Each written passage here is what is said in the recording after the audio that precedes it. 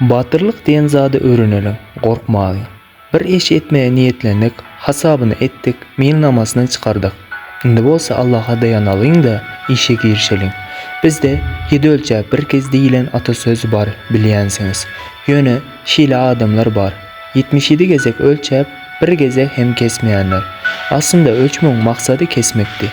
Görüň, kämillige gitmekden yüz öwürýän adam, adamlaryň iň korkagydyr. İş edýäris, sport bilen meşgullanýarys, ilm öwrenýäris. Bir zatlar synanýarys. Şonda şüphe peýda bolýar. Bolarmyka? Nähili bolar diýip.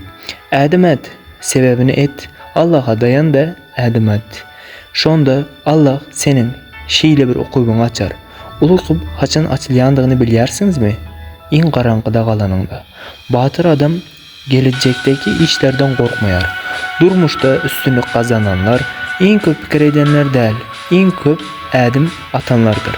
Çünkü pikir hereket bilen birleşmese diňe hyýal bolup galýar.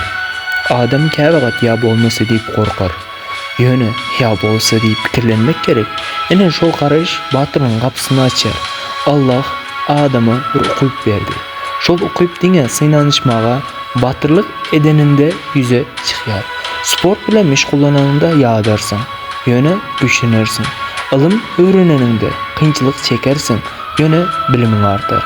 İş açanynda töwekkilçilik edersiň, ýöne tejribe gazanarsyň. Her ädim seni indiki derece alyp barýar. Şüphe eden adam yerinde durar. Batyr bolsa geljege ýürüýär. Unutmaň, durmuşyň syry hereketdedir.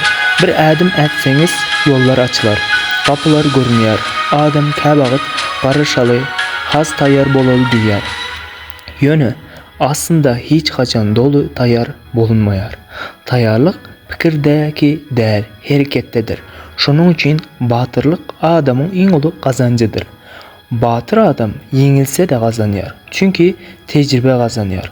Gorkan bolsa hiç zat yitirmeyen ýaly görünýär, ýöne aslında iň uly ýetki baştan geçirýär. Mümkinçilikleri gaçyrýar. Allah adama akıl berdi, yürek berdi, erade berdi. Şolary ulanyp ädim atan adam Allah'a dayanıp ýoluny tapar. Ene hakyky kämillik, ýani kemalet, hereket etmek bilen başlanýar.